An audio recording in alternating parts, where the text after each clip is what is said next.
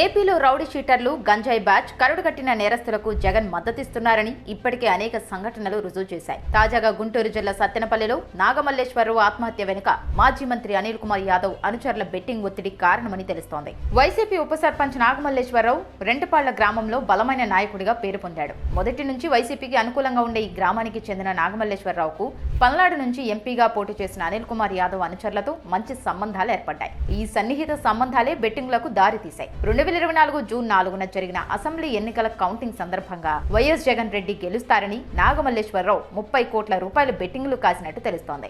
ఎన్నికల్లో జగన్ ఘోరంగా ఓడిపోవడంతో బెట్టింగ్ లో కోల్పోయిన డబ్బులు చెల్లించాలంటూ మాజీ మంత్రి అనిల్ కుమార్ అనుచరులు ఆయనపై తీవ్ర ఒత్తిడి తెచ్చారు. ఈ ఒత్తిడిని తట్టుకోలేక తన ఆస్తులను అమ్మి అప్పులు తీరుస్తానని లేదా రాసిస్తానని నాగమల్లేశ్వరరావు చెప్పాడు. కానీ కుటుంబ సభ్యులు ఆస్తులు అమ్మడానికి అంగీకరించలేదు. దీంతో ఏం చేయాలో తోచక 2024 జూన్ 5న ఆయన గడ్డి మందు తాగి ఆత్మహత్య యత్నానికి పాల్పడ్డాడు. హాస్పిటల్లో చికిత్స పొందుతూ 2024 జూన్ 9న నాగమల్లేశ్వరరావు మరణించాడు. నాగమల్లేశ్వరరావు ఆత్మహత్య జరిగి ఏడాది అవుతుంది. అప్పటి నుంచి పట్టించుకోని జగన్ ఇప్పుడు ఆయన కుటుంబాన్ని పరామర్శించాలని భావించడంపై విమర్శలు వస్తున్నాయి. నాగమల్లేశ్వరరావు ఆత్మహత్యకు పోలీసుల వేధింపుల కారణమంటూ అబద్ధాలు ప్రచారం చేస్తూ పబ్బం గడుపుకోవాలని చూడడంపై విమర్శలు వెల్లువెత్తుతున్నాయి. జగన్ రెడ్డి బెట్టింగ్, గంజాయి మాఫియాతో సంబంధం ఉన్న వారిని పరామర్శించడంపై జనం మండిపడుతున్నారు. ఈ పరామర్శ వెనుక ఆంతర్యం ఏమిటో జగనే చెప్పాలని సామాన్యులు ప్రశ్నల వర్షం కురిపిస్తున్నారు.